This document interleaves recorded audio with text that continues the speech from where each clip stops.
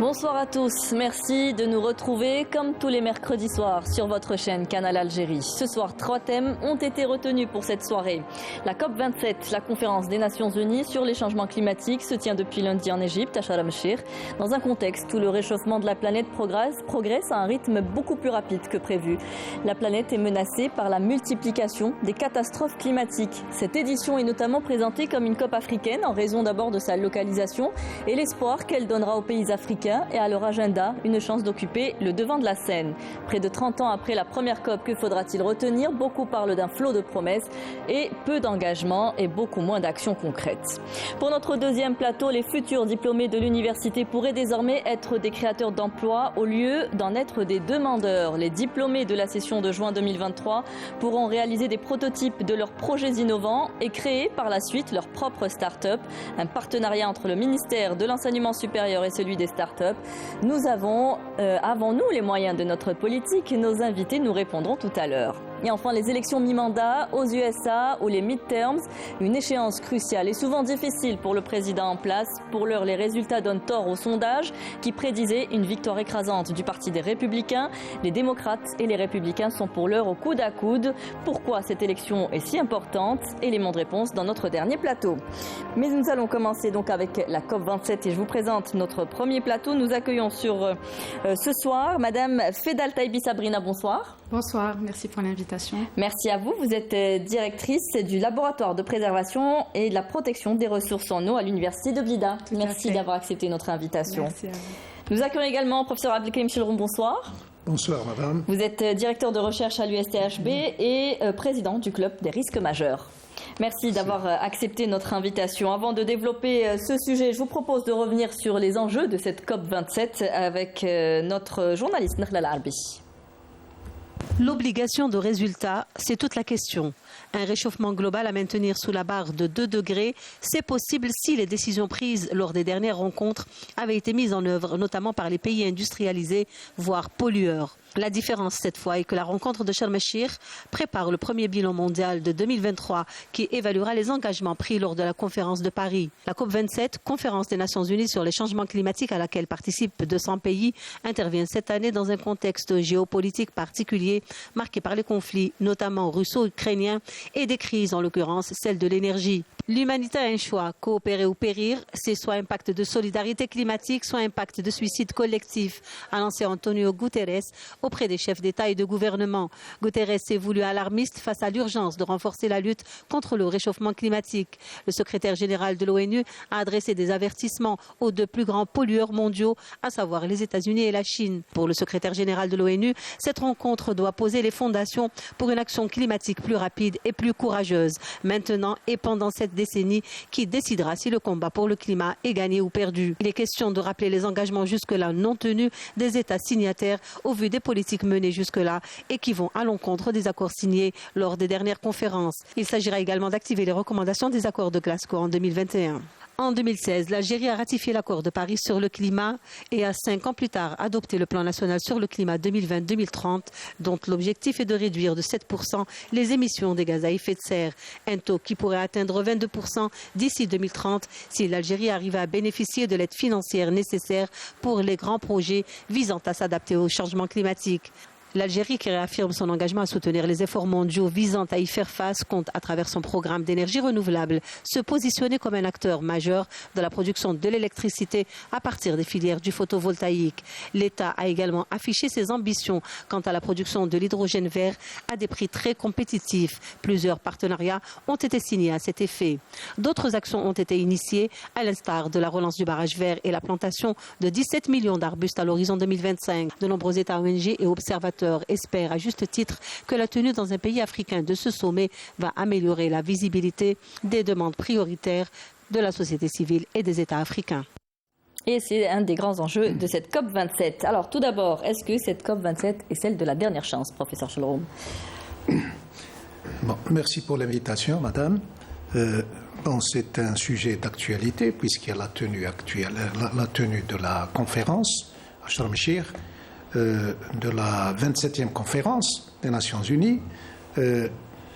Malheureusement, je dois vous dire que j'ai suivi ces COP depuis 1992, depuis l'accord de Rio, pratiquement c'est 30 années, 3 décennies, mais on assiste toujours à des recommandations théoriques. Des promesses qui ne sont pas tenues. Des promesses, des recommandations, mais sans texte d'application, sans suivi et sans encadrement. Donc la situation qui se pose actuellement, elle est très simple. Elle n'est pas complexe. Il y a les pollueurs, c'est les pays du G20. Ils participent et ils sont responsables de pratiquement 85%. Et puis si je prends l'Afrique et les pays arabes, puisqu'il y a eu le sommet arabe dernièrement, la tenue du sommet arabe à Alger, nous sommes responsables de 4%. Alors, le constat, il est parlant, il est clair.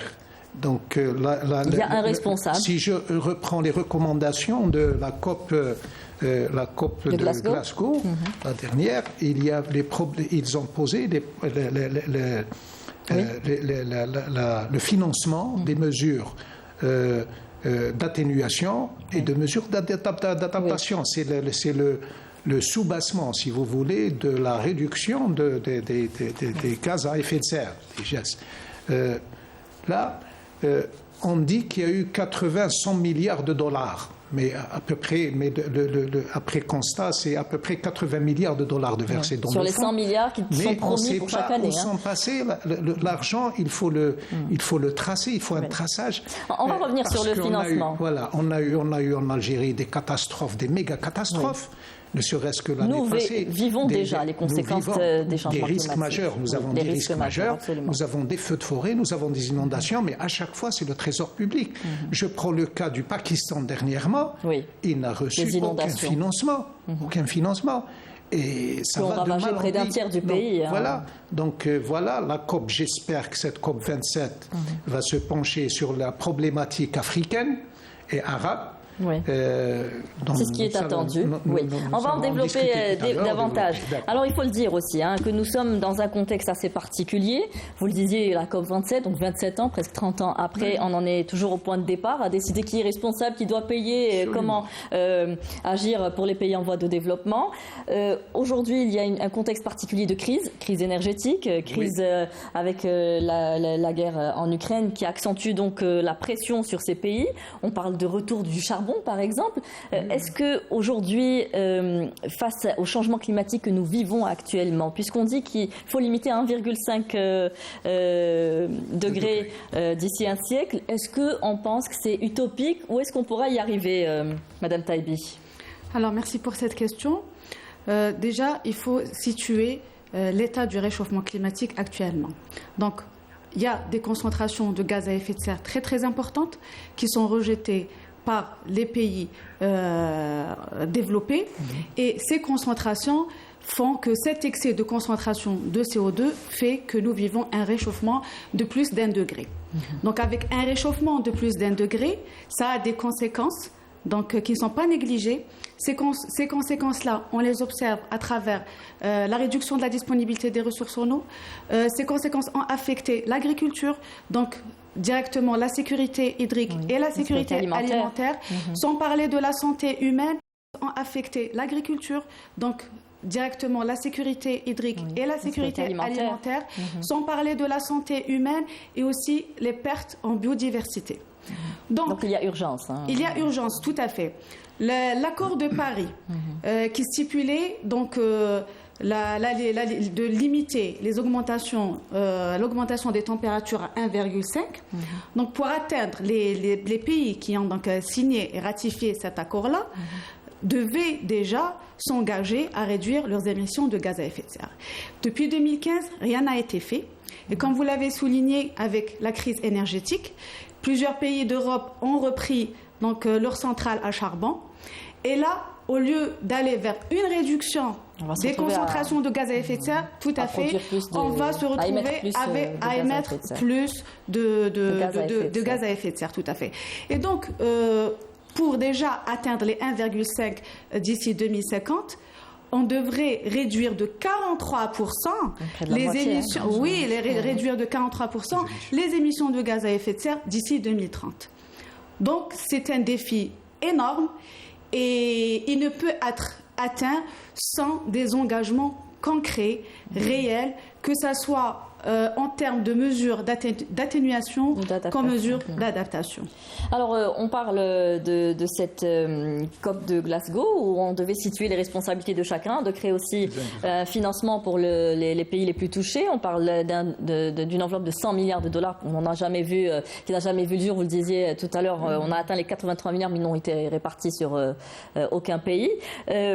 Aujourd'hui, est-ce qu'il faut mettre l'accent sur ça, finalement, sur le financement qui doit d'abord commencer, que les pays pollueurs prennent leurs responsabilités qui ne sont pas présents à la COP 27 et d'ailleurs Antonio Guterres les a ciblés. Ni à la COP 26, ni à Glasgow. Donc la Chine et les États-Unis. C'est ça, ni le Brésil à Glasgow. Oui.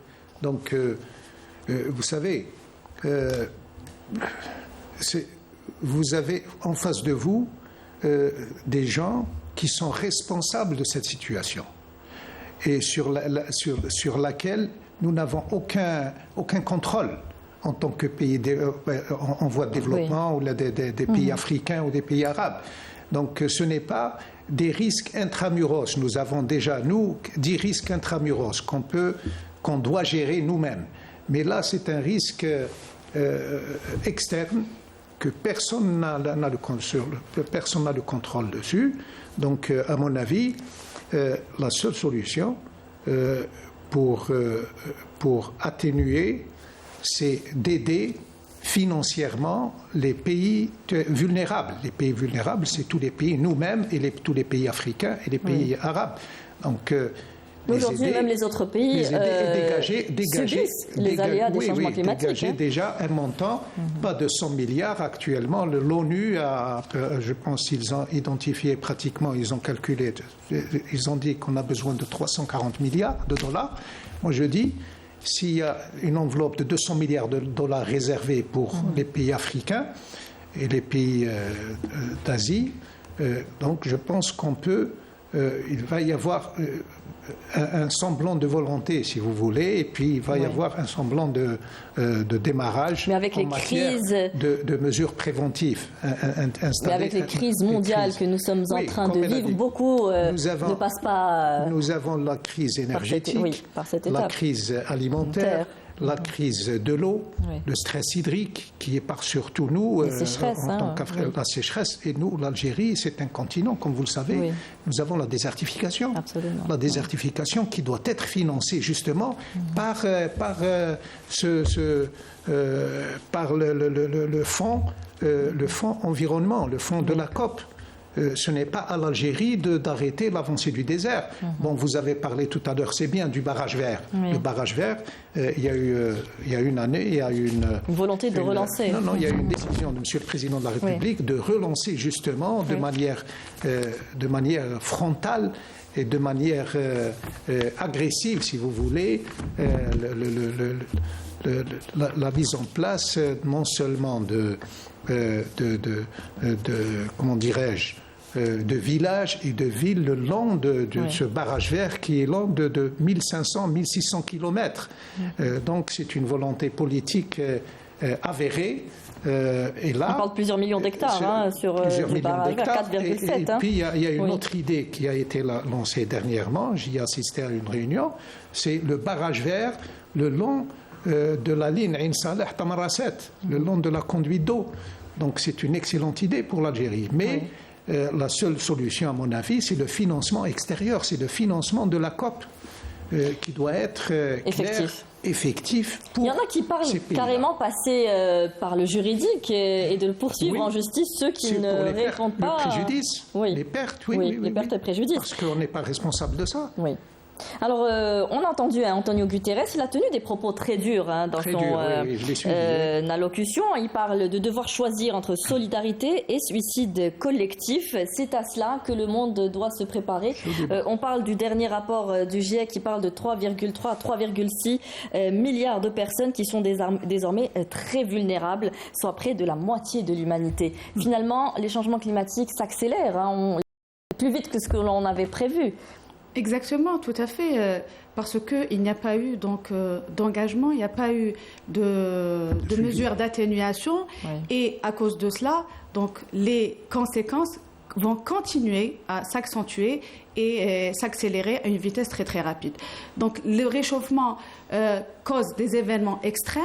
Donc on a des sécheresses, des inondations, des ouragans et l'Afrique, au cours des 2 dernières années, a connu près de 130 événements extrêmes. Et puis, on demande à des pays pauvres, les pays du Sud, qui subissent finalement les forts impacts du réchauffement climatique, de payer les deux, voilà, alors que les populations subissent de plein fouet, alors qu'ils n'arrivent même pas à mobiliser les financements pour atteindre les objectifs, leurs objectifs en termes de développement. Et c'est un petit peu injuste. Alors vous parlez de mesures d'atténuation, de mesures d'adaptation, ça consiste en quoi? Alors, il faut faire la différence entre l'atténuation et l'adaptation. L'atténuation, c'est la réduction des émissions de gaz à effet de serre. Et donc, ça concerne toutes les sources d'énergie, donc pour arriver à atténuer les concentrations de gaz à effet de serre qui sont rejetées par ces industries-là.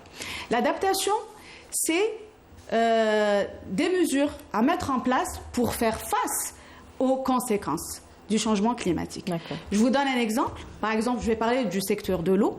Donc, à cause des sécheresses qu'a connues l'Algérie auparavant, donc des sécheresses vraiment intenses, à partir de la moitié des années 70 aux années 2000, donc, à cause de ces sécheresses-là, l'État a pris donc des mesures d'adaptation pour subvenir aux besoins d'une population.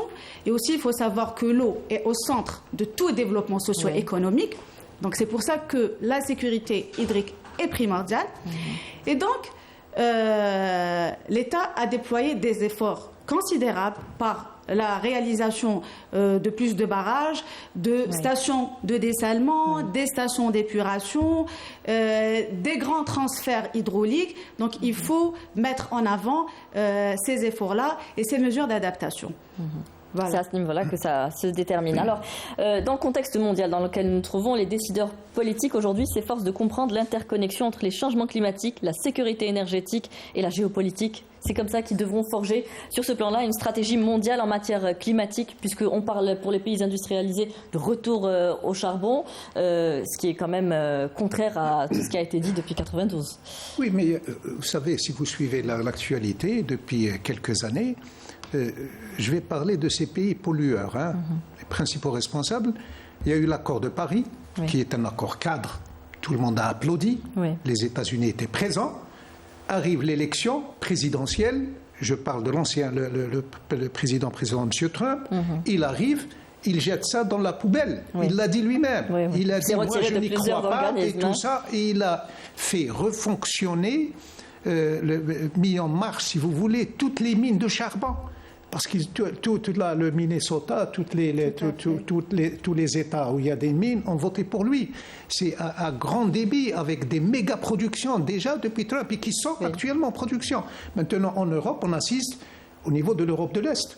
La Bulgarie, la Pologne, c'est des méga-productions, c'est en cours de production. Donc c'est le charbon. Donc, c'est des émissions de gaz à effet de serre terribles, vous savez, très très importantes. Donc, je pense que il parle de 2030, d'ici 2030, je pense que les émissions vont au moins doubler. Donc voilà, vous savez la contradiction. C'est pour cela que je vous dis. On essaie d'atténuer ça en disant qu'on va développer à côté la transition énergétique, mais finalement, ça ne reste encore une fois que des paroles. L'hydrogène vert, le solaire et tout ça, ils parlent de ça, mais ça, il faut le financer. L'Algérie ne peut pas. Nous avons également les gaz de torchage. Mais ça, on ne peut pas le faire. Il faut qu'il le finance. On a réduit ceci dit chez nous. Non, il faut qu'il le finance. C'est pas son attraque de faire ça. Pourquoi ? C'est au pays industrialisé d'aider l'Algérie et de financer totalement ces effets-là. Alors pourquoi la COP27 est cruciale ? Parce que elle sera en 2028, la COP28, servira de tout premier bilan mondial du traité de 2015 et on est bien loin de l'objectif de 1,5%. Il est sous respirateur artificiel, a annoncé Antonio Guterres, donc on sent vraiment qu'il y a une exaspération face à vous savez, le secrétaire général de l'ONU, avant de parler de ça, je le respecte, on le respecte, mais il faut qu'il parle du réel nerf de la guerre, c'est le financement. Oui. Le financement, il n'a rien dit sur le financement. C'est l'enjeu principal de cette COP, puisque c'est les pays africains qui sont le plus présentés. La COP 28, on parle du bilan. Oui. Le bilan, il faut qu'est-ce qu'on va présenter comme bilan? Voilà. Moi, je parle de l'Algérie. Oui. L'Algérie, on a besoin, moi je vous dis, pour régler juste, pour atténuer, je pense qu'il nous faut au moins 2 milliards de dollars. Et 2 milliards de dollars, l'Algérie ne peut pas se permettre de débourser du trésor public. Oui. C'est au pays industrialisé de financer ça. L'Égypte également. Voilà. Alors, l'Agence internationale de l'énergie, l'AIE, estime que la consommation de charbon de l'Union européenne a augmenté de 10% au cours des 6 premiers mois de 2022, principalement sous l'effet de la demande en électricité. Cette tendance devrait même augmenter à l'approche de l'hiver. Oui. C'est clair, oui, parce qu'ils sont obligés d'augmenter face à la crise énergétique et de répondre aux besoins de leur population. Ils sont obligés de répondre aux besoins de la population, et ce qui n'avantage pas, bien évidemment, la situation que nous vivons. C'est-à-dire que même si le prix à payer est élevé sur le plan économique et environnemental, on doit répondre aux besoins d'une population, malheureusement. Oui. Voilà, c'est l'intérêt qui prime, l'intérêt économique. L'intérêt économique qui prime, voilà. Alors aujourd'hui en Algérie, on est touché également par ces changements climatiques, on l'a vu, nous sommes signataires également des accords de Paris. On a essayé de se lancer dans pas mal de secteurs pour essayer d'atténuer aujourd'hui les émissions de gaz à effet de serre, mais il faut agir aussi sur comment atténuer... Alors, je cherche mes mots. C'est surtout sur la sécurité énergétique, voilà, et sur la comment réduire, la consommation électrique chez nous. C'est surtout jouer sur la consommation. Oui, c'est une excellente question parce que c'est là le fond du problème. Donc, chez nous, c'est des choses qui dépendent de nous, si vous voulez. Mais là, il faut qu'on soit aidé également. Je vous parle du bâtiment, par exemple. Oui, sur les isolations. Les isolations, c'est énorme, les dégagements à effet, les émissions à effet de serre, parce que les bâtiments ne sont pas isolés. Dans chaque appartement, vous allez retrouver 3 climatiseurs. Et puis, sans compter les chaudières et tout ce qui s'ensuit. Donc, vous avez l'agriculture également. Vous avez l'énergie utilisée pour l'électricité, les gaz, plutôt les stations électriques à gaz, comme celle de Hama ou de Bebzoa. Ça dégage énormément de CO2. Donc tout ça doit être remplacé. Comment? Ou bien doit être adapté, plutôt doit être... adapté aux normes, aux normes internationales. Donc, il y a l'agriculture, il y a le bâtiment, il y a l'industrie, il y a le transport, il y a tout. Donc, le transport, il faut tout revoir, même la qualité des voitures, la qualité. Donc, tout ça doit être engagé, mais comme je vous dis, l'Algérie ne peut pas faire ça toute seule. Il faut profiter de ces fonds des COP pour essayer d'arracher le maximum. Alors, je vais rester avec vous sur une question sur ces changements climatiques. On l'a vu, on l'a subi également, les inondations, les feux de forêt, la sécheresse. Ça a un coût aussi, tout ça. Ça a un coût. Oui. Vous savez, les inondations... Que nous supportons. Ça a un coût matériel et un coût humain. Parce que si je vous prends par exemple les inondations de Bab el-Oued 2001, c'est 950 victimes et 150 disparus. Je vous prends les inondations de Gardaya, c'est 100 victimes. Je vous prends les méga incendies de Tizi, Mila et tout ça d'il y a 2 ans, c'est ça. C'est 200 victimes, je crois. Sans compter le coût sur le plan matériel. Les pertes sur le plan matériel et puis animal. Donc voilà, donc c'est énorme. Mais tout ça, ça a été, moi j'ai assisté, enfin tout ça, ça a été fait sur le compte du Trésor public. Oui, alors justement, quelle serait l'urgence aujourd'hui pour l'Algérie? Qu'est-ce qu'elle peut faire à son niveau pour atténuer ou s'adapter, on va dire, à ces changements climatiques? Nous sommes dans quelle situation aujourd'hui? Dans le domaine des ressources en eau, par exemple. Alors déjà, parler d'atténuation et d'adaptation, le fait que l'Algérie fait partie de l'Afrique, qui n'émet déjà que 4% des émissions de gaz à effet de serre. Donc je pense que l'urgence, c'est surtout d'aller vers des mesures d'adaptation et puis en parallèle se pencher sur les mesures d'atténuation. D'ailleurs, en parlant de mesures d'atténuation, l'Algérie a adopté en 2020 le plan national climat qui vise à réduire 7% des émissions de gaz à effet de serre avec des financements propres à l'Algérie, mais qui est prête à aller jusqu'à une réduction de 22% si nous bénéficions de financement, d'un financement international et d'un accompagnement de transfert donc, de technologies. En attendant le financement, M. Chouroub, et ce sera le dernier mot, nous pouvons faire des efforts à notre niveau? Oui, bien sûr, nous avons... Sans que cela touche notre développement. Nous avons déjà, comme je vous ai dit, nous sommes confrontés à 10 risques majeurs intramuros. Intramuros, quelques risques ils sont amplifiés justement par le changement climatique, comme les feux de forêt, comme les inondations. Mais il y a d'autres risques, comme les séismes, comme les risques industriels, ils sont intramuros. Donc ça... nous l'avons toujours dit, il faut mettre en application la loi 0420 qui est relative à la gestion des catastrophes dans le cadre du développement durable. Si les textes d'application sont signés, parce qu'ils sont en cours de signature, et je pense que la mise en place et l'application de ces textes va réduire de 80% les effets de tous ces risques majeurs en Algérie. Donc on va se limiter à contrôler les effets des risques climatiques. Merci, messieurs, dames, d'avoir participé à ce premier débat sur la COP27. Merci de nous avoir éclairé sur la situation. Nous allons passer tout de suite à notre deuxième thème, un diplôme, une start-up, avant-nous les moyens de notre politique. On le saura tout de suite avec notre prochain plateau. Mais d'abord, je vous propose de revenir en reportage, en images, sur ce premier complexe des start-up qui a été inauguré samedi dernier au centre universitaire Morsli Abdullah de Tipaza par les ministres de l'Enseignement supérieur et de la Recherche scientifique et de l'économie, de la connaissance des startups et des micro-entreprises. Nous sommes au niveau du premier complexe de start-up à l'échelle nationale. Un complexe qui fait office d'incubateur pour les entreprises innovantes portant le label de start-up, spécialisé dans les domaines techniques, des sciences exactes et de la technologie. L'initiative, تجيك l'idée, تحب دير le premier pas, mais que l'entrepreneur ريادة الأعمال, c'est de continuer à faire l'idée تاعك jusqu'au bout. Donc dès le suivi تاعها حتى الآخر. Même les étudiants.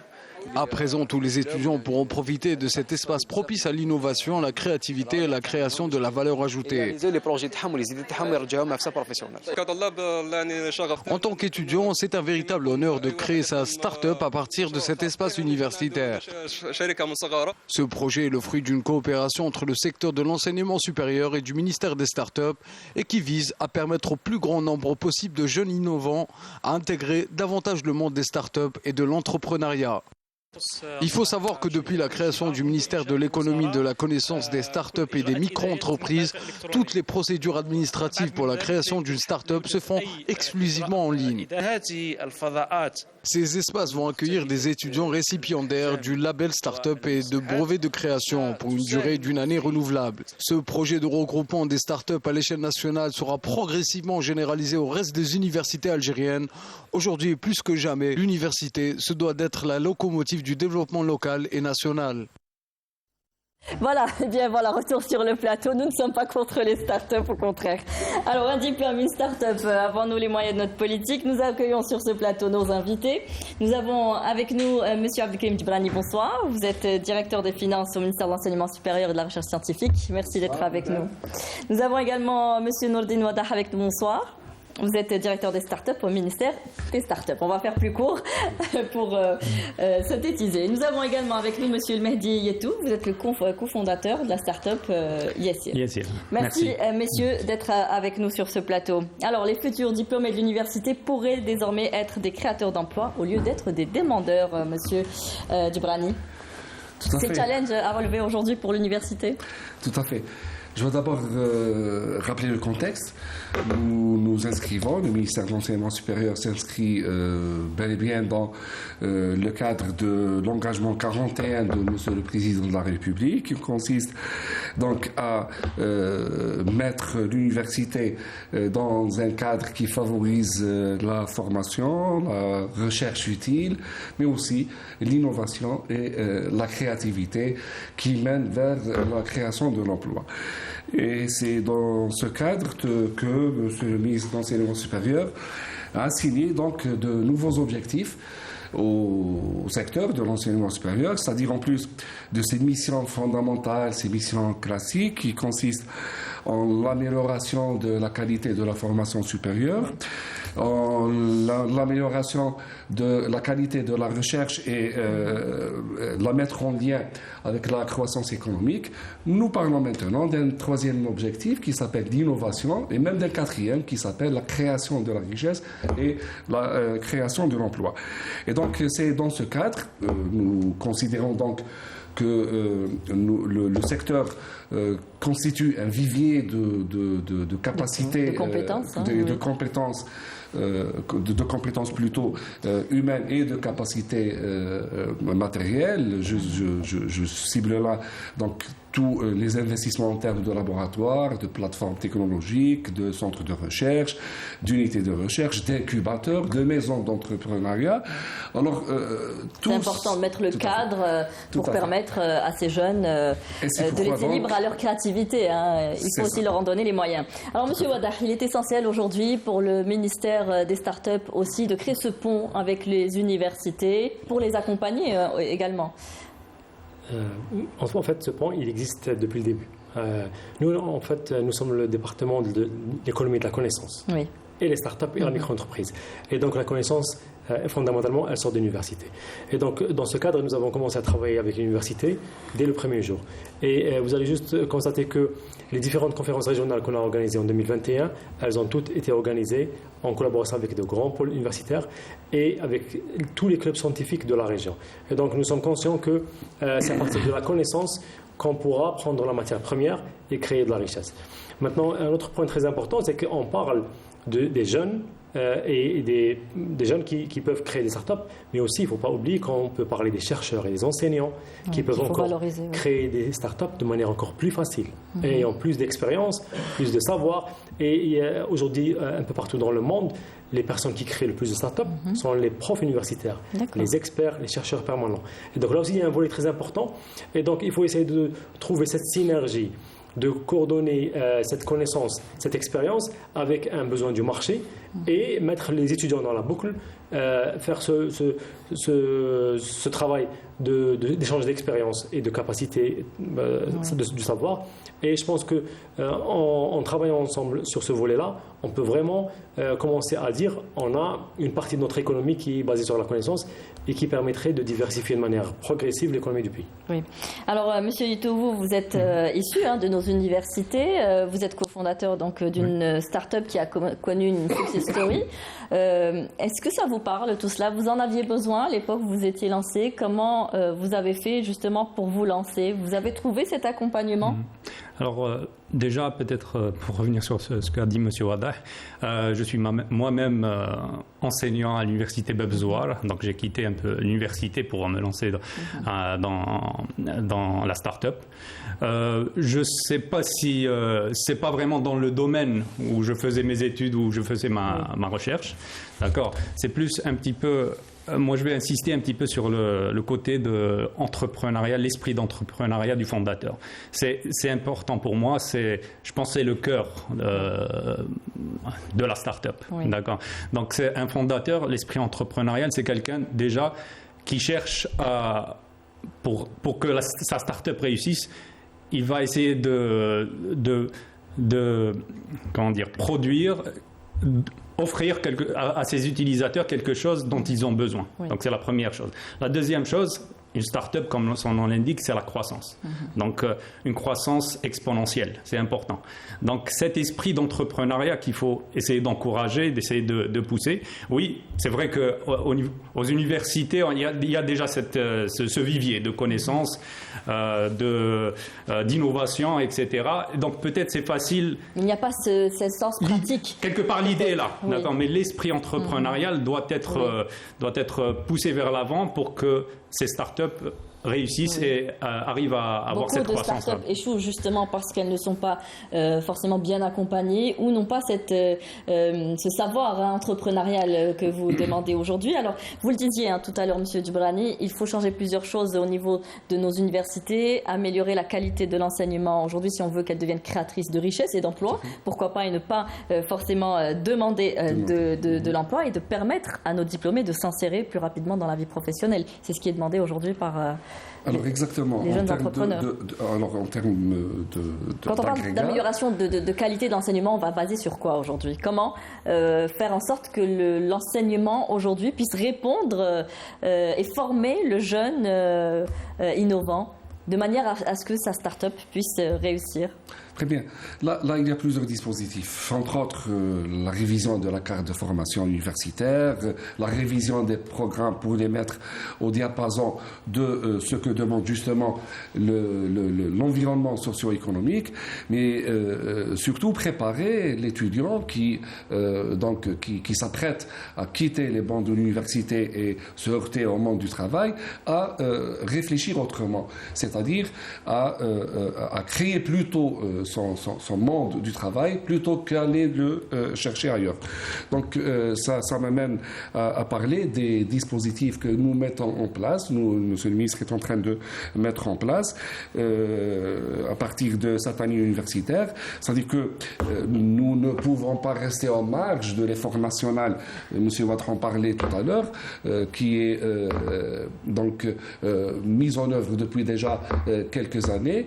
Nous accompagnons, vous avez utilisé vraiment un mot-clé, c'est-à-dire l'accompagnement des jeunes étudiants qui s'apprêtent déjà, non seulement on n'attend pas qu'ils aient leur diplôme pour aller les accompagner à créer de l'emploi, à créer leur start-up, mais le dispositif mis en place consiste en l'accompagnement de l'étudiant dès le choix de son mémoire de fin d'études, son projet de fin d'études, et l'orienter vers un mémoire qui encadre une idée innovante. Et c'est de là qu'est venu le dispositif que nous appelons un diplôme, une start-up ou un diplôme, un brevet de création. On va voir tous les mécanismes qui seront mis en place. Les diplômés universitaires représentent un taux de 25% des promoteurs de start-up et d'entreprises réalisées, un chiffre jugé assez faible aujourd'hui. En fait, je pense que ce chiffre il est plus lié aux anciens mécanismes. Aujourd'hui, il représente beaucoup plus dans la population start-up. Mais il faut dire que dans les anciens mécanismes, c'est vrai, les universitaires utilisaient beaucoup moins les mécanismes de financement, en fait pour deux raisons. Et Mahdi a tout à l'heure souligné, d'un côté, on a besoin d'inculquer un esprit entrepreneurial à un étudiant pour qu'il puisse ne pas réfléchir uniquement à essayer de trouver un poste de travail, mais probablement essayer de créer son business. Ça, c'est un point qui est très important par rapport à ça. Le deuxième, c'est qu'il faut dire aussi que les anciens mécanismes n'étaient pas adaptés à l'innovation, à la prise de risque et à un business dont on ne connaît pas les résultats. Et donc, en fait, ce qu'on a essayé de faire dans le département ministériel depuis 2020 jusqu'à aujourd'hui, c'est de mettre un cadre réglementaire pour identifier ceux qui font de l'innovation, mettre des mécanismes de financement adéquat, avec une prise de risque, et c'est ce qui se fait un peu partout dans le monde. L'opération que Yassir a effectuée il y a quelques jours, c'était un fonds d'investissement international qui est à risque. Et donc aujourd'hui en Algérie, on a l'Algérien Startup Fund qui peut faire ce type d'opération et en Algérie. Et donc ça, c'est très important qu'il y ait les mécanismes d'accompagnement, vous avez parlé d'accompagnement, les mécanismes de financement qui vont avec. Maintenant, nous saluons cette initiative de projet PFE Startup parce que aussi, il y a un aspect très important, c'est que c'est une autre manière de diriger des ponts entre l'université et le monde réel. Oui. Aujourd'hui, partout dans le monde, l'université, elle est mesurée par le nombre de problèmes socio-économiques qu'elle résout, absolument, par le chiffre d'affaires qu'elle fait à la fin de l'année en travaillant sur des problématiques réelles du secteur socio-économique. Et donc, de cette manière-là, nous allons mener nos étudiants, nos profs et chercheurs qui les encadrent, à proposer des sujets sur le terrain. Un étudiant aujourd'hui, pour qu'il puisse prétendre à ce que son projet de fin d'études soit une start-up, il faudrait que dès le départ, le problème soit un problème réel, issu du milieu industriel ou du secteur socio-économique. Et donc, en fait, il faut essayer de voir d'où est-ce qu'il faut qu'on commence pour qu'on arrive à un projet de PFE Startup. Et je pense que nous, le point de départ devrait être probablement un vrai problème issu du tissu économique du secteur de la société dans certaines disciplines. Et de cette manière-là, on va maximiser les chances qu'un travail scientifique se fasse à l'intérieur de l'université. Connaître nos besoins et puis que les entreprises jouent le jeu également. On viendra sur la place que les entreprises doivent tenir aussi au sein des universités. Monsieur Itouvou, dans votre démarche aujourd'hui pour vous lancer dans votre start-up, qu'est-ce que vous auriez aimé trouver de plus facile pour atteindre vos objectifs? Qu'est-ce qui vous a bloqué, on va dire? Quelles sont les entraves à enlever? Oui, en fait, donc nous, on a commencé en 2017. À l'époque, comme tous les fondateurs, on commence avec les fonds propres des fondateurs. Et c'est là, en fait, la difficulté, parce que les fonds propres, c'est limité, et puis il y a le risque, etc. Donc, à cette époque-là, on a essayé de trouver des facilités, des facilités point de vue taxes, point de vue, par exemple, aujourd'hui, on a peut-être une centaine de développeurs. Donc, ces développeurs-là ont besoin de matériel informatique de certains standards qu'on ne trouve pas facilement ici. C'est des marques qu'on ne trouve pas facilement ici. Et donc, on voulait, par exemple, avoir des possibilités d'importer ce matériel-là. À l'époque, on essayait d'aller vers l'Andy. D'accord. C'était le seul, en fait, je parle de 2017, d'accord. Oui. 2010. Donc, on essaie d'aller vers l'Andy. Vous avez des entraves bureaucratiques, on va dire, pour vous lancer. Vous avez connu des entraves liées à la bureaucratie. Oui, c'était des entraves bureaucratiques. Donc, on n'a jamais pu avoir, notre dossier était bloqué pour certaines situations. Et ça n'a jamais fonctionné. Donc, réellement, on n'a pas eu d'avantages fiscaux ni de financement local. Donc, il n'y avait rien en place.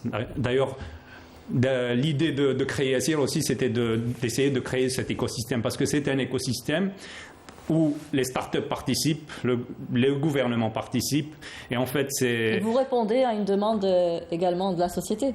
Oui, exact. Voilà. Donc c'est important. Et puis cet écosystème ne peut être créé uniquement par l'État. D'accord. Les startups doivent participer. C'est difficile au début, mais s'il y a une success story, une deuxième, une troisième, une quatrième, une centaine, c'est ça qui fait l'écosystème après. Et c'est comme ça que ça roule. Il ne faut pas lâcher, il faut continuer à se battre. Exactement, c'est difficile au début, mais c'est avec le temps. Ça peut parfois même échouer, mais il faut toujours reprendre. Les startups, on sait que beaucoup finissent par échouer, mais aussi certaines créent de véritables success stories. Alors on le disait, il est important aussi que les entreprises jouent le jeu. Il y a aujourd'hui, leur participation n'est pas très effective au niveau de nos universités. Et pourtant, comme vous le disiez, M. Djibrani, l'université est une pépinière aujourd'hui au niveau des compétences et de savoir. Comment créer aussi ce pont dont vous parlez tout à l'heure avec le monde du travail?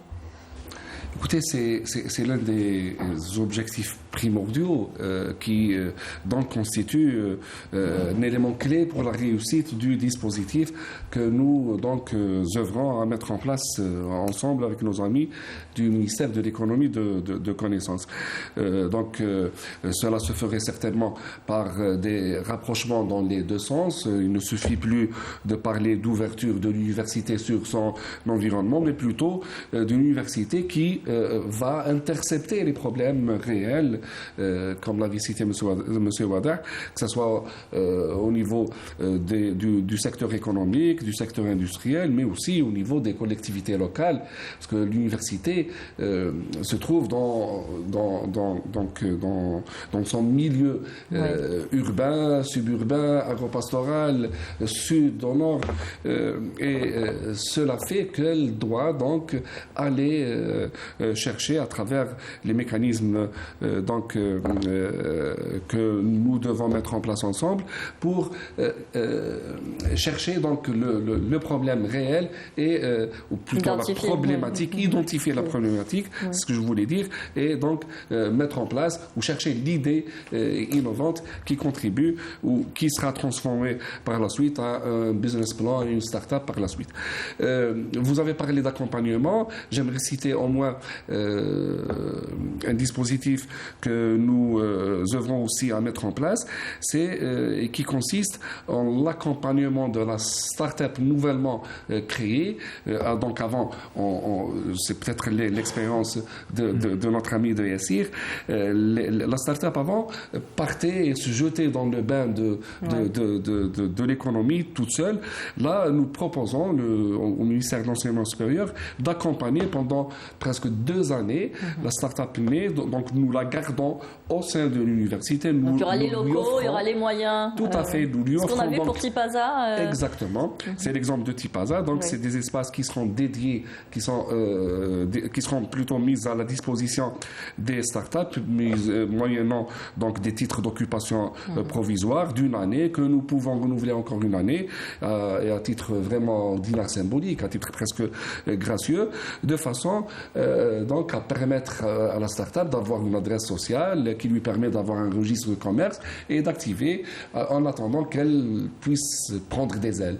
Il y aura d'autres établissements à l'image de Tipaza? Certainement. Donc une note est partie en direction de tous les établissements universitaires justement pour faciliter, consacrer des locaux et mettre en place le dispositif que nous avions cité. Il y a aussi donc des mesures incitatives en direction, tout à fait, en direction des encadreurs, des enseignants, qui feront aboutir des idées. Il y a même un projet de texte qui est en préparation, qui donnerait une prime, je dirais, incitative en direction des encadreurs qui pourront faire aboutir donc un projet et qui puisse à la fin avoir un label par la Commission nationale. Alors vous me tendez la perche pour le label. Aujourd'hui, on parle de label projet innovant, puis de label start-up. C'est bien cela. Il faudra que l'étudiant nous saluons cette initiative parce qu'en fait aujourd'hui il faut comprendre une chose, qu'on commence à avoir une cartographie de l'écosystème avec cette histoire de label, et en fait on a très vite constaté que les projets innovants sont pratiquement au même nombre que les startups. Donc les projets innovants, c'est des potentiels startups. Et Sidi Djibrani l'a très bien souligné, l'une des barrières, c'est le local. Et donc l'initiative que l'enseignement supérieur vient de lancer, elle est excellente dans ce sens où on peut permettre à ces projets innovants d'avoir un local d'une manière même temporaire, c'est déjà très bien, et de pouvoir au moins commencer les premières années à ne pas avoir cette charge de la location et ne pas entraver le développement de l'entreprise. Ça, c'est d'un côté. D'autre côté, il y a aussi un point très important, c'est que de cette manière-là, on va avoir les campus universitaires qui commencent à être en norme internationale, où partout dans le monde, on voit qu'à l'intérieur des campus, il n'y a pas que les étudiants. Ouais. Il y a les grandes entreprises, il y a les startups, il y a des bureaux de conseil, il y a des fonds d'investissement à l'intérieur des campus. Donc en fait, graduellement, avec des initiatives comme ça, nous allons arriver à avoir des campus thématiques selon la compétence de la région, avec toutes les parties prenantes. Et m'a dit tout à l'heure, l'a très bien souligné, un écosystème, c'est pas que le ministère, c'est l'entreprise, c'est les mécanismes de financement, c'est multisectoriel. C'est les grandes compagnies internationales qu'on doit attirer vers nos campus si on veut vraiment arriver à une dynamique réelle et à avoir des startups type Yassir qui sont de dimension internationale et qui peuvent répondre à un besoin un peu partout sur la planète. Il faudrait aussi qu'il y ait plus de laboratoires de recherche et développement, même au sein des entreprises aujourd'hui, ce qui manque beaucoup à notre niveau. Est-ce qu'aujourd'hui, vous, en tant que start-up qui a réussi, vous êtes prêt aussi à accompagner ou à faire profiter les jeunes étudiants de votre expérience? Bien sûr, c'est un peu ça l'objectif initial. C'est aussi à un certain moment, quand la start-up gagne en maturité, et elle peut créer, par exemple, et c'est dans les buts et les objectifs de Yassir aussi, c'est de créer son propre incubateur, accélérateur, d'essayer de coacher un peu les autres startups, d'investir dans ces startups-là, pourquoi pas, et d'essayer ainsi de contribuer à créer cet écosystème. J'aimerais aussi revenir un petit peu sur la partie université pour juste mettre peut-être une petite remarque seulement. Je suis allé à la Silicon Valley et puis j'ai regardé un petit peu l'histoire des startups là-bas et tout ça. C'est construit autour de l'université Stanford en fait. Donc c'est à partir de là que tout a été créé. C'est à la Silicon Valley, c'est Stanford. Ouais. C'est l'université elle-même. Donc si on regarde le nombre j'ai pas le chiffre, d'accord, mais si on regarde le nombre de startups et si on regarde le capital, je veux dire, de chaque start-up qui est sorti de Stanford, c'est plus qu'un PIB de pays développés. D'accord. Donc c'est important. Et d'ailleurs, même si on revient à cette université américaine, qui est pour moi un exemple dans le domaine de l'entrepreneuriat, ils ont leur propre fonds d'investissement et d'ailleurs, ils ont investi en ESG. Donc c'est quelque chose. Moi, je pense que peut-être il faut regarder aussi ce modèle-là qui a réussi. On peut le transporter aujourd'hui facilement chez nous ? Quels sont les mécanismes qui aideraient justement à faire en sorte que cela fonctionne bien ? C'est la mentalité, on va dire, de penser différemment. C'est ça, penser différemment. Les étudiants, quand ils sont à Stanford, ils pensent déjà à créer leur entreprise dès le départ. C'est même différent. C'est ça qu'il faut réussir à faire aujourd'hui. C'est dès le départ. En fait, que l'étudiant... mais en fait, il faut revoir tous les modes d'enseignement depuis l'école, je pense, depuis le primaire, avoir ce sens critique de l'analyse et essayer de créer, d'innover ce que nous n'avons pas encore forcément chez nous. On cherche toujours un emploi à la sortie de l'université, pas forcément à créer sa propre entreprise. Alors, il y a aussi une plateforme d'innovation à la disposition des étudiants, un espace numérique qui permet de mettre en œuvre les prototypes des mémoires de fin d'études afin d'accéder à ce label projet innovant au niveau de voilà, le ministère de l'Enseignement supérieur qui l'a mis en place. Exact, mais donc pas que. C'est pourquoi j'avais parlé au départ de vivier de compétences, mais aussi de moyens et de capacités matérielles. Je parlais des maisons d'entrepreneuriat. Nous disposons actuellement de 81 maisons au niveau des établissements d'enseignement supérieur et nous comptons en créer d'autres. Nous disposons de 42 incubateurs. Il y en a aussi 30 qui sont en cours de réalisation pour être mis en œuvre très très bientôt. Mais aussi, j'avais parlé d'accompagnement en termes de mise à disposition des startups, d'espaces d'innovation, de plateformes technologiques, de laboratoires de recherche. Ce sera effectif à partir de quand pour les étudiants ? Quand est-ce qu'ils pourront s'inscrire ? Je sais qu'à partir de juin 2023, ils pourront présenter leur projet, leur mémoire de fin d'études en projet. J'aimerais juste donc dire qu'une commission nationale chargée donc du suivi de l'innovation et des incubateurs est déjà mise en place. Elle englobe en son sein un représentant du ministère de l'économie de connaissances, mais aussi un représentant du ministère de l'industrie via l'INAPI. Cette commission nationale a commencé déjà un travail de sensibilisation. Elle sillonne les 4 coins du pays et elle supervise un petit peu la mise en place de cellules au niveau des établissements, des cellules qui seront présidées par les chefs d'établissement eux-mêmes, qui seront aussi constitués des responsables des entités pédagogiques, c'est-à-dire soit le doyen, soit le directeur d'institut, soit le chef de département concerné, mais aussi du responsable de l'incubateur et des représentants des étudiants en fin de cursus. Ces cellules, justement, vont accompagner ce travail de direction ou de mettre en direction les étudiants en fin de cursus vers des PFE préparant la création de start-up. Mais là, on agit un peu en fin de cursus. Il faudrait peut-être essayer d'agir en amont. Voilà. Nous commençons prévoir par des les mécanismes en fin de cursus. sur le plan pédagogique aussi avant. Tout à fait. Mais donc, c'est une première, c'est la première année. Le temps nous presse. Oui. Nous devons mettre le dispositif en direction des étudiants qui préparent le mémoire. Mais ce seront déjà des ambassadeurs de cette idée qui suivent derrière. Les étudiants qui suivent. Et puis le ministère et l'université se numérisent. C'est important aujourd'hui qu'on passe à cette étape cruciale. Je pense qu'aujourd'hui, la numérisation de tous les secteurs est importante. Ça va avec. Nous mettons en place un schéma national de numérisation numérisation qui est basée sur, qui touchera, je dirais, tous les volets, que ce soit de gestion pédagogique, de recherche, de gouvernance.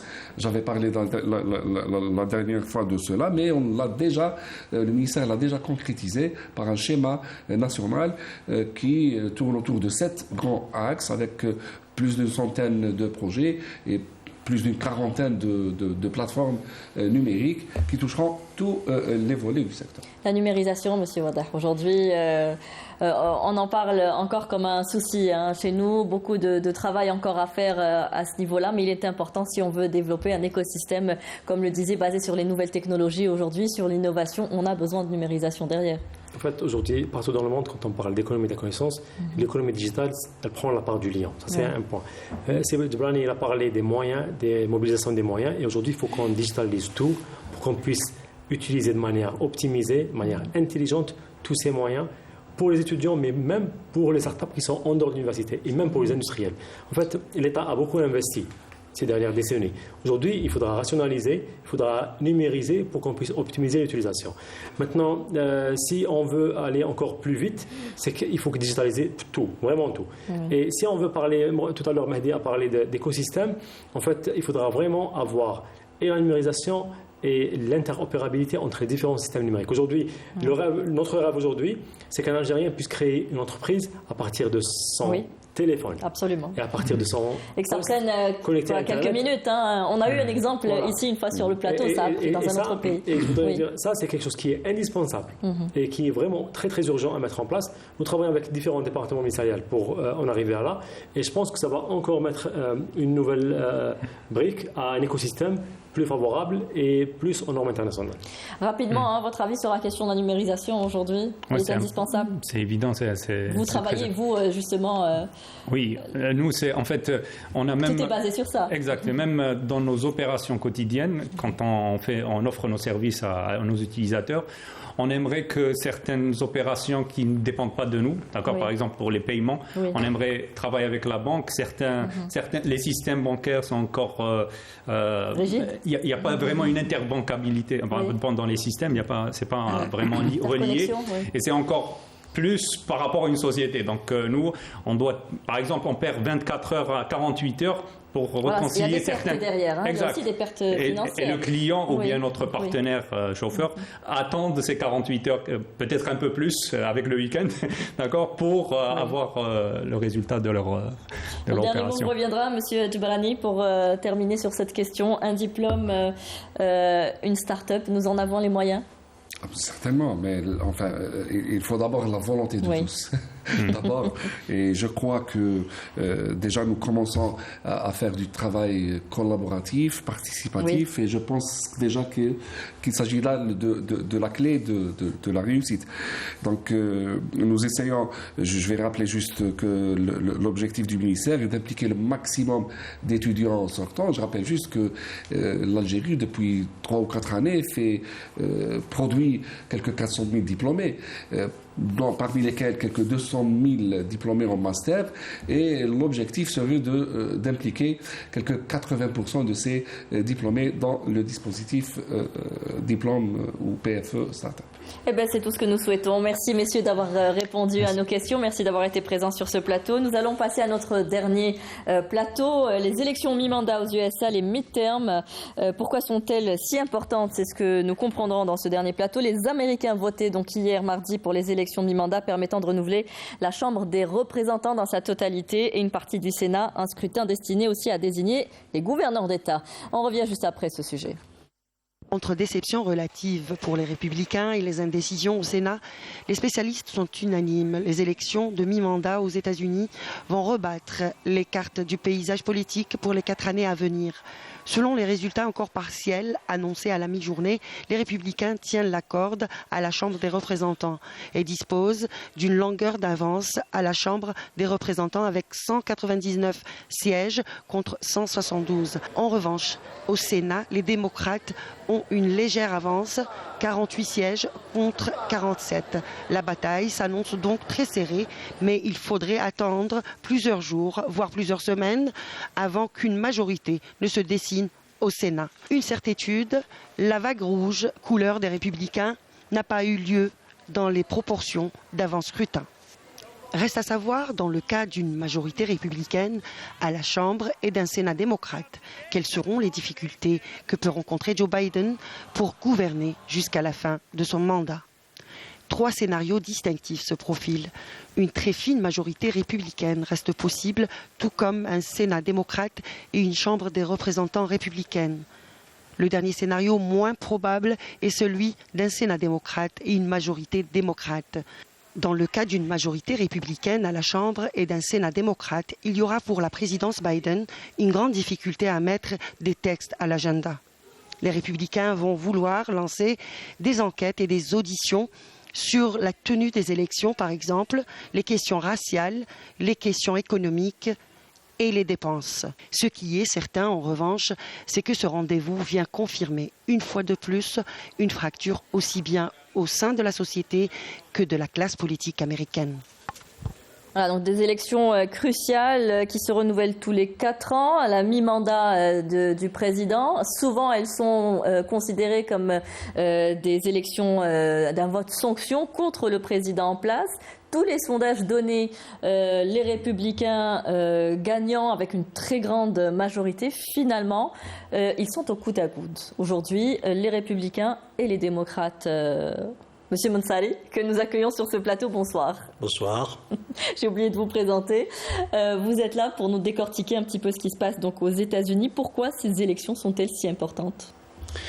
D'abord, c'est de par la Constitution et de par la loi électorale aux États-Unis, de par la composante du Sénat elle-même et de la Chambre des représentants, ce sont des rendez-vous traditionnels aux États-Unis. Maintenant, c'est vrai que parfois, ces élections servent de test pour le président en place, soit pour continuer, comment dirais-je, encourager sa démarche en cours, ou bien pour que ce soit un vote sanction. Soit c'est un vote de soutien ou un vote de sanction. Tout dépend.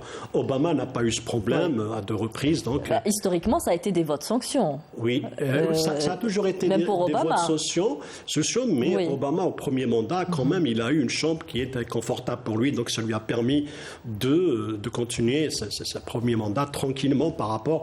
Et ça a commencé lors du 2e mandat. Là, c'est le premier mandat de Biden, forcément, donc c'est un test.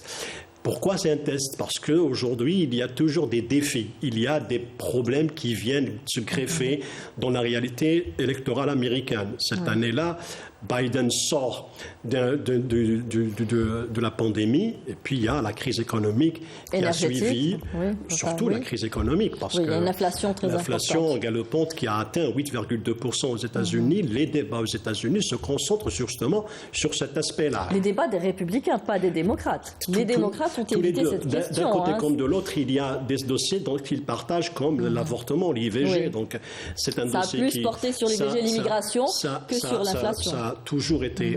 Aujourd'hui, ce dossier revient très souvent dans les débats pour les démocrates, y compris pour les républicains. Ça reste à départager les 2 partis, y compris la crise économique. Il y a eu un débat au sein du Parti républicain s'agissant de l'inflation, surtout au niveau de la base. Mais ce qui est aussi intéressant à constater aux États-Unis, c'est qu'aujourd'hui, dans l'état actuel des choses, il y a véritable fracture. Absolument. Il y a une division de la société. Ces élections sont la traduction d'une fracture qui a été provoquée justement par la droite américaine. Le discours qui est véhiculé par la droite américaine, et qui est aussi reproduit contre les républicains par les démocrates, c'est le fait de mettre en cause la démocratie. Mais ça n'a pas été... C'est ce qu'a dit Joe Biden. Ce n'est pas l'apanage des seuls démocrates républicains aux États-Unis. Donc la droite partout dans le monde est en train d'utiliser cette carte-là comme quoi les élections ne sont pas transparentes. Ce problème de transparence est posé. Bolsonaro au Brésil l'a posé aussi. C'est un peu les républicains qui font courir cette rumeur encore une fois. Surtout pour faire croire qu'il y a un État profond, qu'il y a des institutions invisibles qui gèrent les élections, qui trafiquent et qui désignent. Et c'est cela le danger. La démocratie qui est vécue, auquel est confrontée les États-Unis. Donc le débat survient ici. Donc Trump a comment dirais-je, a surfé sur cette vague-là depuis depuis les élections de 2020, lorsqu'il n'a pas voulu reconnaître les élections. Il a parlé de fraude. Et cette histoire de fraude a été aussi, attention, il faut revenir à l'histoire, a été aussi mise en avant par Al Gore en 2000, lorsque le vote de Floride était problématique. Il y avait une controverse sur le nombre de voix et c'est resté des semaines pour être tranché. Les démocrates ont aussi crié au scandale et crié à la fraude. Donc il faut pas, ce n'est pas simplement une revendication ou bien un tare qui concerne que les républicains, mais aussi la démocrate l'ont sorti il y a longtemps mais aujourd'hui on sait que depuis janvier 2021, depuis l'invasion l'assaut sur le Capitole, qu'il y a véritablement un grand problème aux États-Unis en matière de démocratie. On est en train, la droite, que ce soit l'extrême droite, elle surfe sur la vague qu'il y a une fraude et les élections ne sont pas transparentes. C'est répété, galvaudé et martelé à tout bout de champ pour faire croire, même aujourd'hui, si les résultats ne sont pas conformes aux revendications de la droite, ça veut dire qu'il y a une fraude. D'ailleurs, Donald Trump l'a dit dans une interview, dans un discours, qu'il était victorieux, qu'il a des chiffres qui prouvent que c'est les républicains qui vont l'emporter. D'ailleurs, son discours n'a pas été retransmis par les plus grandes chaînes américaines parce qu'ils estiment que c'est des fake news, que cela peut créer aussi de la violence derrière.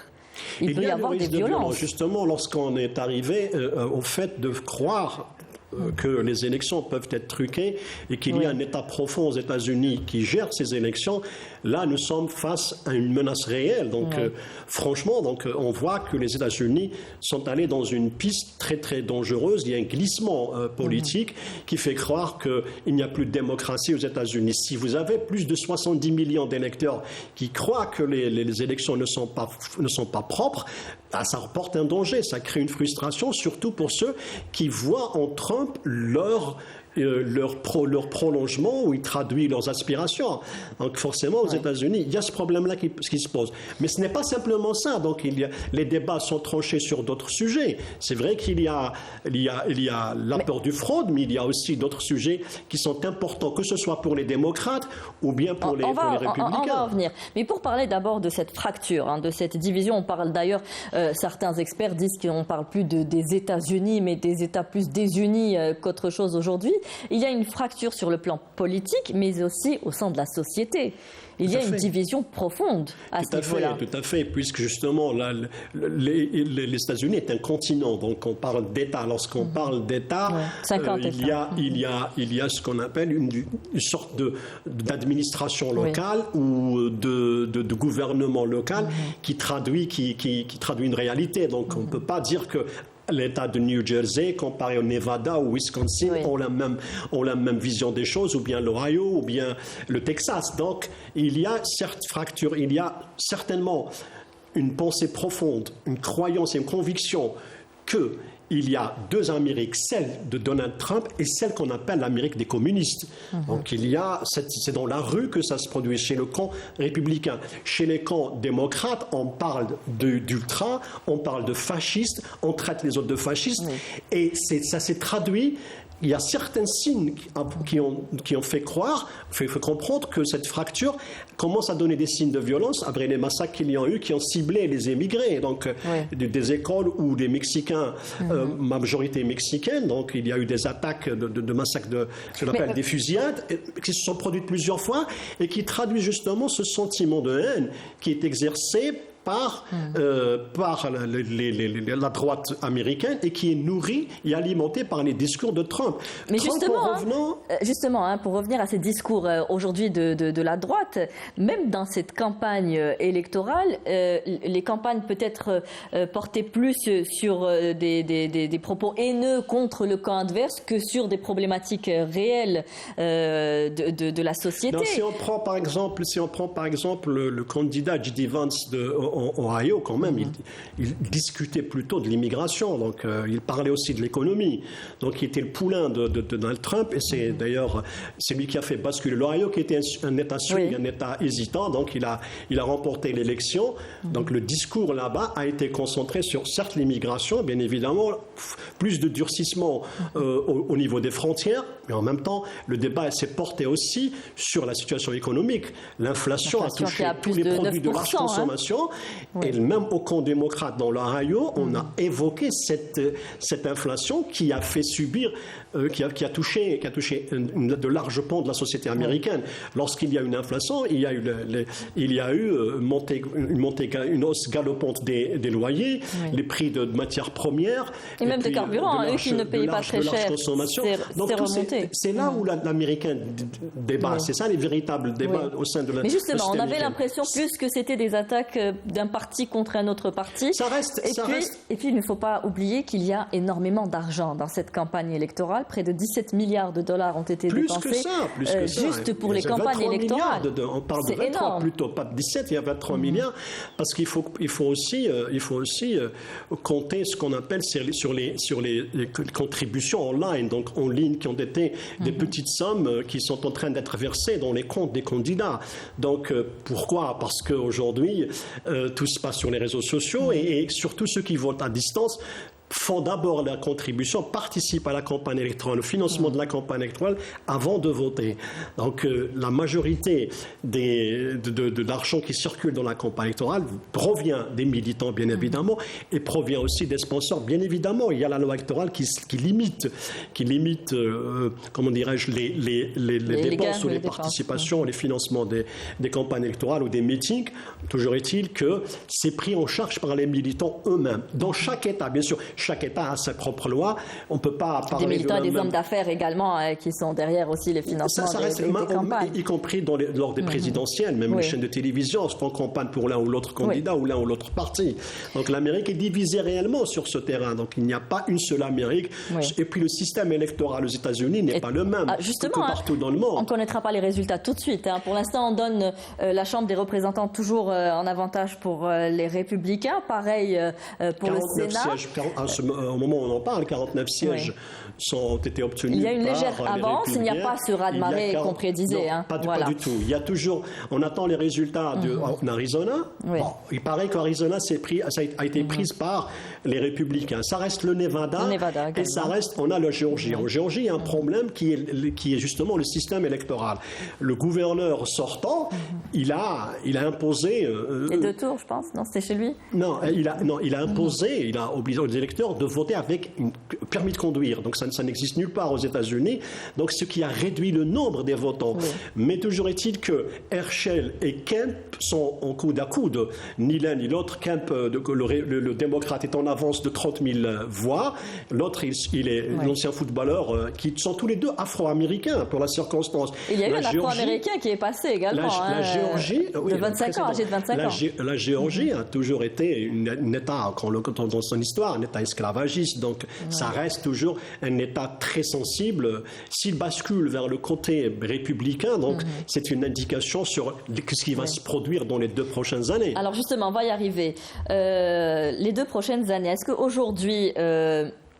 Joe Biden, on va dire, a limité la casse, parce qu'on s'attendait, les sondages en tout cas, donnaient les républicains pour de grands favoris aujourd'hui. Est-ce que cela va lui permettre un peu de se projeter pour les prochaines élections ou pas ? Il faut attendre. D'ailleurs, il faut attendre vendredi d'ailleurs pour les résultats du Nevada et pour le 6 décembre parce qu'il va y avoir un deuxième tour. Voilà, le deuxième tour dont je parlais pour le Sénat. Si les républicains remportent la majorité 51, ça reste autre chose. Donc c'est fini pour Biden. Il sera gêné dans sa manœuvre. Il ne pourra plus faire passer ses lois. La marge de manœuvre.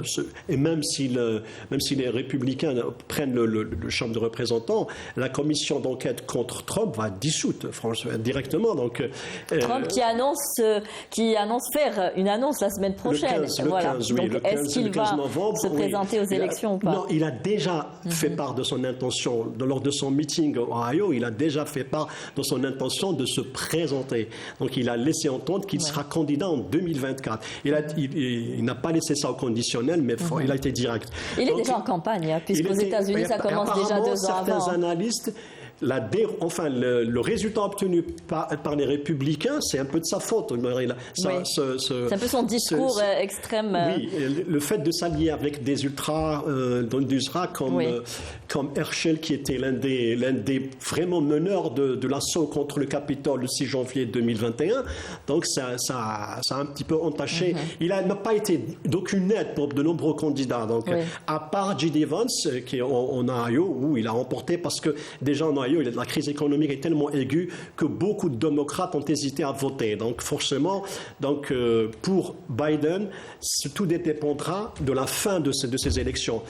Et ça pourra dessiner sa politique intérieure. Mais beaucoup sont contre un peu la réélection de Joe Biden, vu son âge avancé, ça va être difficile pour lui de se porter candidat. Ça va être difficile pour lui je pense, tout le monde en parle. D'ailleurs, je suis pas le seul à le dire. Bien sûr. La santé d'un côté, de l'autre, c'est trop. Il n'a pas réussi à réunir les démocrates. Les démocrates ne se sont pas réunis contre lui, mais se sont unis contre Trump. Donc pour sauvegarder ce qu'ils appellent la démocratie, et non pas parce que Trump était convaincant. D'ailleurs, même si sur le plan économique, il a réussi quelque peu à favoriser l'emploi ces derniers mois avec ce qui se produit en termes d'inflation et le fait que la Fed, c'est-à-dire la Banque centrale américaine, a augmenté son taux directeur de 0,75%, donc ce qui portera le taux d'intérêt à 3 à 4%, 3,75 à 4%, ça va influer sur justement le marché de l'emploi et sur les dépenses publiques, et en même temps on voit aujourd'hui Meta qui a licencié 11 000 employés, donc la maison Facebook. Ça a eu un retentissement sur la bourse, sur le Nasdaq. Donc forcément, il y a un risque pour Biden de perdre la majorité, ou bien, même s'il doit composer, il sera obligé d'aller vers un modus vivendi avec les républicains, mais ça sera quand même une indication pour la démarche à suivre, c'est-à-dire les années à venir. Oui, alors aujourd'hui, on parle beaucoup de la démocratie américaine en danger. Eux qui étaient un exemple en termes de poids et de contrepoids au niveau de la Chambre des représentants et des sénateurs, et finalement, avec ce coude à coude entre les républicains et les démocrates, cela ne représente-t-il pas plus un frein qu'autre chose, puisque cela risque de paralyser aujourd'hui plus les actions d'un président qu'autre chose? Vous savez, aux États-Unis, il y a l'establishment déjà qui a son poids. Il y a beaucoup de lobbies qui peuvent faire en sorte à ce que rien ne se bloque. Mais le danger n'est pas là. Le danger est le fait que la population, que la base croit réellement qu'il y a 2 Amériques. Il y a une Amérique. On voit qu'il y a 2 Amériques. Une Amérique pro-trumpiste, Trump, et les autres. Donc c'est cela qui est dangereux. C'est que lorsqu'on voit... Je reprendrai un titre qui a été lu, il était une fois à 2 Amériques. Oui, c'est le cas aujourd'hui. Il était 2 fois l'Amérique. Ça a été le cas en 2020. Jamais dans l'histoire des États-Unis, il n'y a eu un taux de participation aux élections comme celui de 2020, 72 millions d'un côté et 72 millions de l'autre. Donc les élections se sont jouées sur quelques milliers de voix en faveur de Biden. C'est cela qui était étonnant, et ce mouvement de la droite est maintenu. Donc, et les 160 millions d'électeurs attendus pour ces élections. Ils votent en masse, les Américains. Ils votent. Non, il y a la technologie, les aides aussi. La technologie les aide, voter à distance, et c'est pour ça que ça ralentit, ça alourdit un petit peu le dépouillement, ça retarde le dépouillement. Mais toujours est-il qu'il y a une fracture. La démocratie aux États-Unis passe par un moment difficile, même si ces élections se terminent en disant match nul. la suite n'est pas rien ne dit que dans la rue, les violences ne vont pas persister. Le FBI, qui dans son rapport de hate crime, les crimes de haine, sont en hausse aux États-Unis. Forcément, il y a un danger sur la démocratie elle-même, parce que lorsqu'on fait croire à 70 millions d'habitants, c'est pas petit, 70 millions, qu'il y a un État profond qui gère que le vote est truqué, ça reste quand même, c'est un coup fatal et dangereux pour l'establishment américain et pour tout le processus ou toute l'organisation démocratique aux États-Unis. On a vu ce qui s'est passé au Capitole, c'était historique. Exactement. Alors aujourd'hui, il n'y a pas réellement de figure de remplaçante pour les démocrates. Il y a par contre pour les républicains Donald Trump qui dit donc qu'il laisse un peu dire qu'il va se représenter pour les élections 2024, mais il y a aussi son concurrent, le gouverneur de Floride, qui pourrait être son concurrent direct aujourd'hui. Il est beaucoup plus jeune que lui et un discours plus tempéré, on va dire. Oui, mais les primaires ne sont pas encore... tout se décidera aux primaires. Donc la base, c'est vrai que la base des États-Unis ne vote pas. C'est pas elle qui décide du candidat. Mais disons que dans les primaires, on va voir si... Est-ce que Donald Trump aurait des chances, je veux dire par là, d'accéder encore une fois à la présidentielle? Il faudrait admettre qu'il a une vraie popularité, qu'il a des réseaux qui sont derrière lui, qu'il est même soutenu de l'extérieur. C'est-à-dire, on voit d'un bon œil aux Émirats ou en Arabie Saoudite le retour de Donald Trump que le maintien de Biden ou d'un démocrate. Il y a une véritable fracture entre ces deux pays avec les démocrates aux États-Unis. Donc, est-ce qu'il aura la latitude? Il a l'expérience, il a les réseaux, et peut-être au sein il a la base, parce que le Parti républicain, s'il ne porte pas un candidat qui est adoubé par la base et soutenu par la base, il va au suicide. Donc, il a déjà la base avec lui, et je pense que les démocrates, les leadership du Parti républicain savent que la base est avec lui et qu'il peut faire amener les républicains vers un retour à la Maison-Blanche. Donc c'est cela il faut tenir compte de ces détails-là. Bien évidemment, d'ici 2 ans, on ne sait pas ce qui va se produire, mais il y a ces paramètres-là dont il faut tenir compte. D'abord, qu'il y a une fracture, que Donald Trump possède une base intéressante et importante, et 3, qu'il a toujours le discours « Make America Great », c'est-à-dire faire de l'Amérique le fameux MAGA. Donc, c'est ça. Et toujours l'Amérique qui passe en premier, first. C'est ses intérêts. Et ça peut jouer en sa faveur. Et il a ce réservoir électoral qui est acquis d'avance. Ça restera, donc tout se jouera du côté des démocrates. Est-ce qu'ils ont le potentiel et la capacité de mobilisation et de financement et de persuasion pour se maintenir au cap et maintenir la Maison-Blanche pour un deuxième mandat? Certainement pas avec Biden, mais d'ici là, ils vont rechercher... De toute façon, aux États-Unis, ils ont l'habitude de sortir des figures à la dernière minute. Personne ne connaissait forcément Barack Obama avant ou d'autres présidents. C'est-à-dire qu'il est important pour avoir une figure de remplacement. Les démocrates ne jouent pas sur le candidat, parce que si c'était le cas, ça n'aurait pas été Biden. Mais ils jouent sur un projet et une défense vous savez que les démocrates jouent toujours avec les minorités, donc toutes sortes de minorités, les immigrés, les LGBT, et tous les minorités sont favorables aux démocrates. Et ça passe, la plus grande illustration, c'est la Californie, qui est le fief de démocrates, qui n'a jamais changé de camp depuis des années. Donc voilà, donc les démocrates ne sont jamais derrière un homme, mais derrière des valeurs, derrière un projet, derrière contrairement une réalité. Les Républicains, on a l'impression de voter plus pour un homme que pour le parti ont une croyance, politique. ils ont une idéologie suprémaciste. Mais attention, il ne faut pas croire que les démocrates sont meilleurs que les républicains pour l'Amérique et pour le reste du monde. Donc il ne faut pas... Les démocrates ont toujours été des va-t-en-guerre, depuis Roosevelt. Justement, l'impact sur la politique internationale. Bon, vous savez que les élections en Amérique ne se jouent pas à Washington. Donc ce n'est pas Washington qui décide de l'avenir des élections. Ce n'est pas la politique extérieure qui prime, elle est vraiment absente pour le commun des Américains. La politique étrangère ne l'intéresse pas beaucoup plus de ce qui se passe autour de lui dans sa vie quotidienne. C'est vrai que dans son discours, Trump est proche des Russes. Il ne veut pas d'affrontement avec les Russes, mais il reste viscéralement anti-chinois, donc il est contre la Chine. C'est le seul point commun peut-être entre les démocrates et les républicains aujourd'hui, c'est bien le combat contre la Chine. Oui. Ça, ce n'est pas un combat d'un parti, mais c'est un combat d'existence d'un establishment. Oui. Aujourd'hui, beaucoup s'attendent à ce qu'il y ait peut-être moins d'aide, comme vous le disiez, il ne veut pas se confronter à la Russie, peut-être moins d'aide à l'Ukraine, qui est accusée aussi de créer cette inflation aux États-Unis. Tout à fait, tout à fait. On a vu quelques candidats qui disaient que plus d'aide, on voyait des discours, il n'y aura plus d'aide en Ukraine. Donc ils promettent déjà que l'argent, et ils le disent, America First, ils le disent que cet argent-là qui est envoyé aux Ukrainiens doit revenir aux Américains.